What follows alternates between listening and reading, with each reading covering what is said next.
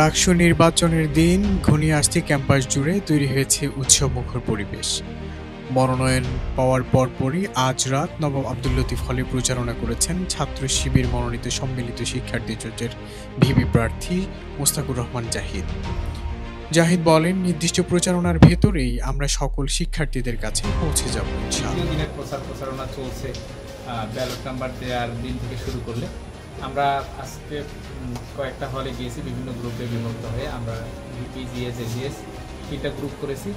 তো আমার গ্রুপের আজকে প্রচারণা ছিল নবাব আব্দুল লতিফ হলে। আলহামদুলিল্লাহ এটা আমরা শেষ করছি প্রায়।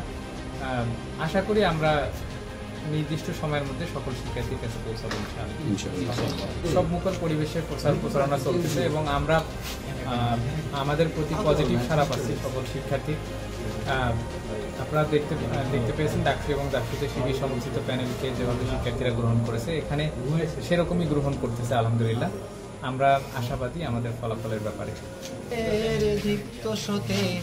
আসবে আবার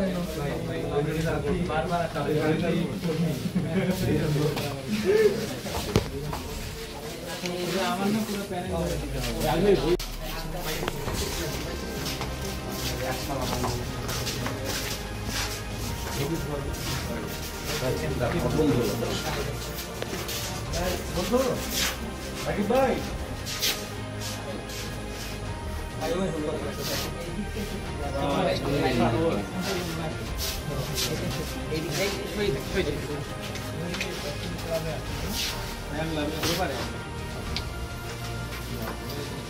প্যানেলের নাম্বারগুলো এখানে